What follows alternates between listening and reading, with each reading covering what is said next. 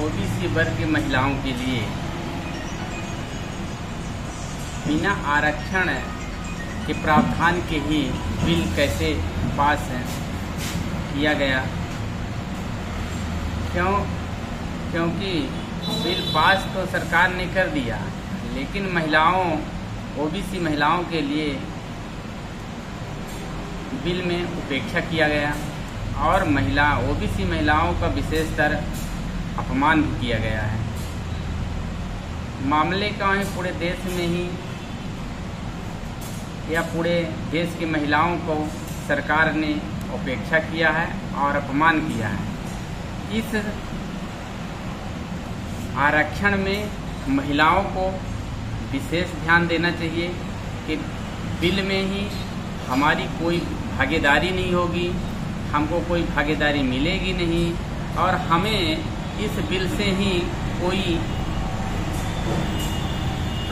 फायदा नहीं होने वाला है। और सरकार ने महिला बिल पास किया, लेकिन खासकर ओबीसी महिलाओं के लिए कोई भी प्रावधान नहीं किया, जिससे यह महिलाओं का सरकार ने अपमान किया, उपेक्षा किया और इन महिलाओं को अपने हक के लिए जनता से जागरूक होना चाहिए, कहना चाहिए, बताना चाहिए कि ऐसा बिल हमें किस काम के, इसमें हमारा क्या ही तरह पे प्रतिनिधित्व नहीं है।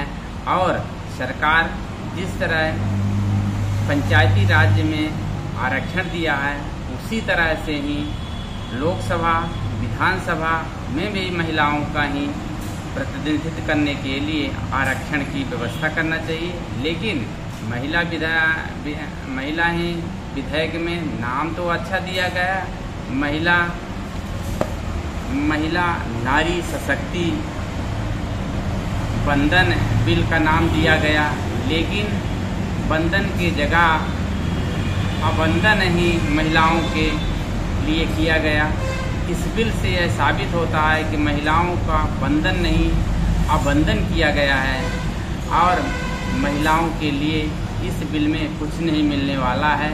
जैसे ही सरकार महिलाओं के लिए आरक्षण देना है तो हर जगह जिस तरह पंचायत में आरक्षण मिलता है, उसी तरह लोकसभा राज्यसभा सभी जगह ही महिलाओं का ही प्रतिनिधित्व हो और महिलाओं को ही आरक्षण प्राप्त हो, तब तो महिलाओं का बंधन है और अभिनंदन है।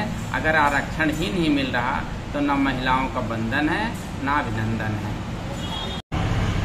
128वां संविधान संशोधन विधेयक 2023 पारित हुआ, जिसे सरकार ने नारी सशक्ति बंधन विधेयक नाम दिया गया है। इसमें से लोकसभा के 21 विधानसभाओं यथासंभव 1/3 सीट महिलाओं के लिए आरक्षित होगी। यह संविधान संशोधन विधेयक इसलिए पारित करने के लिए लोकसभा का और राज्यसभा में 2/3 बहुमत की जरूरत होती है। सुप्रीम कोर्ट के वकील वीरांग गुप्ता के ही मुताबिक विधानसभा सीटों में भी बदलाव होगा। ऐसे में आधे से अधिक प्रदेश की सहमति जरूरी है। राज्यसभा और सभी 6 विधान परिषदों में लागू नहीं होगा। इसमें लोकसभा विधानसभा और दिल्ली एनसीटी शामिल है। सिर्फ प्रत्येक ही चुनाव में लागू होंगे। विधानसभा ही परिषद एवं राज्यसभा के प्रतिनिधियों को जनता प्रत्यक्ष रूप से नहीं चुनती है। लोकसभा और राज्यों की विधानसभाओं में महिलाओं के लिए 1/3 आरक्षण है, परिसीमन के बाद ही लागू होगा। विधेयक ही पारित होने के बाद भी पहले ही जनगणना होगी, उसके आधार पर परिसीमन होगा। 2024 के आम चुनाव से पहले जनगणना और परिसीमन कराना संभव नहीं है। इससे ही साफ है कि अगर आप विधानसभा और लोकसभा के चुनाव समय पर हुए तो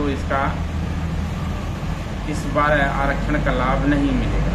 लोकसभा में ही ST/SC के लिए आरक्षित सीटों की संख्या 131 है। महिला आरक्षण लागू होने के बाद इसमें से 1/3 यानी 44 सीट ST/SC के महिलाओं के लिए आरक्षित हो जाएगी। बाकी 87 सीट पर ही महिला पुरुष कोई भी लड़ सकता है। सबसे बड़ी बात तो यह है कि विधेयक में OBC महिलाओं के लिए कोई भी प्रावधान नहीं किया। आरक्षण बिल पेश किया तो सरकार ने इसे ही नारी शक्ति वंदन विधेयक कहा।